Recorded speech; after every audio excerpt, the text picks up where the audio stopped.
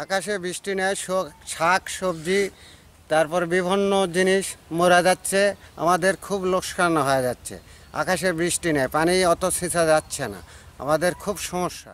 আমরা এই যে সেচ দিতে হচ্ছে ধানিতে বেশি, আর বিদ্যুৎ থাকতেছে না, ধানকে আওড়া চলা যাচ্ছে, মারা যাচ্ছে, এরকম অবস্থা হয়ে গেছে।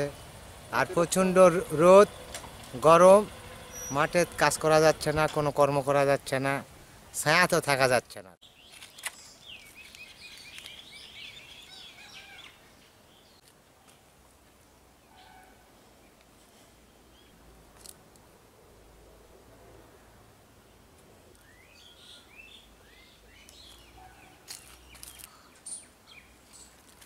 ঠিক আছে বাবা।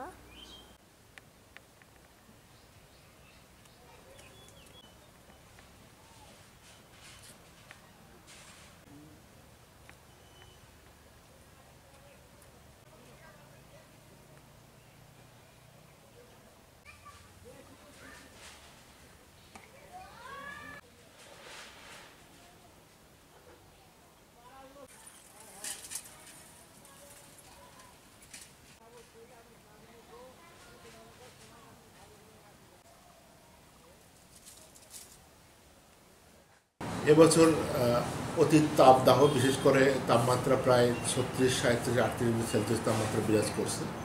এই তাপমাত্রায় কৃষকদের যেন ক্ষতিগ্রস্ত না হয় সেই জন্য আমরা কৃষকদের পরামর্শ দিচ্ছি, বিশেষ করে জমিতে পানি ধরে রাখা এবং জমিতে স্প্রে করার কথা বলছি। বিশেষ করে হচ্ছে